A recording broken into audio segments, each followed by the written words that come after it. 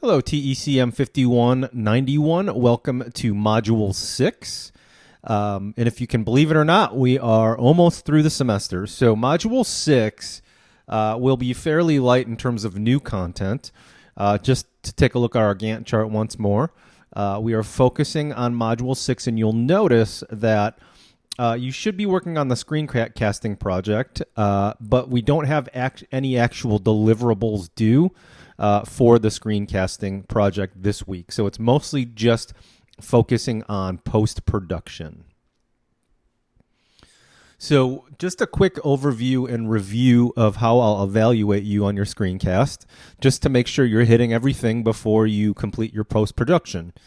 So first, minimum requirements you'll need to have a minimalist instruction, quick start guide for novice users in 90 to 150 seconds.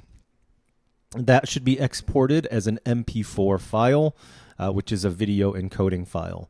Okay, and so Camtasia should easily allow you to export that as an MP4. So as a minimum, you'll need to make sure that your instruction's minimalist, that you've aimed or targeted your instruction to novice users, beginning users, and that it is not less than 90 seconds and not longer than 150 seconds.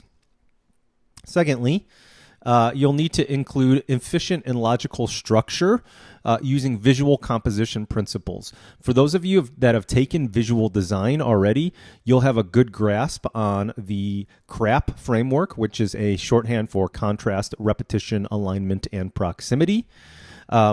For those of you that have not taken design, please, there are readings this week in Module 6 that will walk you through some of the very basics of visual design.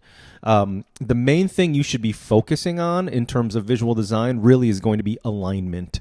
So if you're unfamiliar with the CRAP framework, I would focus more specifically on issues of alignment or making your video tutorial, making sure that your video tutorial follows the principles of alignment. Number 3, you'll need a clear video with visual markers that support user tasks. So just as a reminder, for example, you'll want to include visual markers that make sense, that point out visual things for the users. Let me give you an example. So in this previous slide, you'll see how I've highlighted in red the Module 6 on the Gantt chart. I could have easily just pointed with my marker, but actually including visual markers is going to be more accessible for your audience. So you'll want to include visual markers. And then number 4, you'll need clear and relevant audio that supports and complements the video. That's a typo. That should say audio. And so those are the main things that you'll be evaluated on for your screencast. Just as a quick review of the process of post-production, you'll watch about an hour-long tutorial on post-production techniques this week before you'll actually begin post-production. But to just kind of fill in, give you a little context before you before you view that video tutorial, the process is typically taking your raw video and audio, making edits or cuts to it, right? So there's going to be places where you have lots of ums or you pauses or you've messed up or you've stuttered over your words, any number of reasons why you would want to make cuts.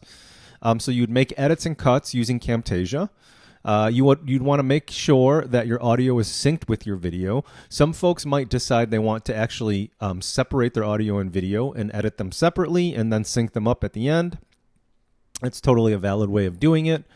I'm not going to tell you exactly what I think the best version is. It just depends on how good your raw audio and video is. But you'll make some edits and cuts, and then you'll make sure that the audio is synced with the video. After you've got sort of your edits done, you'll want to add then additional post-production items. So you want to add visual markers like I discussed previously. You want to add intro and outro music if you choose to do that. I recommend doing that.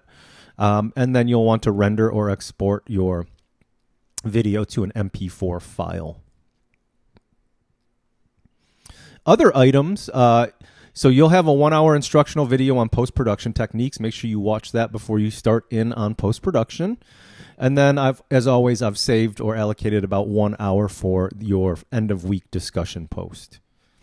Really, the only thing that I want to point out about the render export to MP4 is the MP4 file might be quite large in terms of file size. And if that's the case, well, at 150 seconds, it could be anywhere from, 50 to 150 megabytes. I'm not sure. I'm just guesstimating there. But if it seems like it's going to be too large for Canvas, or you try uploading and it's too large for Canvas, one option is to just create a private YouTube video. So a video that only someone with the link is able to access. Or I'm sorry, that's called an unlisted YouTube video. You'd be able to share the link with me. Nobody else would be able to access the video unless they had the link. So that's another option for turning in the final version of the video walkthrough. So that's Module 6. It's going to be mostly focused in on your post-production. If you've got questions, as always, reach out, shoot me a DM in Slack or an email, and I'll get back to you as soon as I can. Thanks.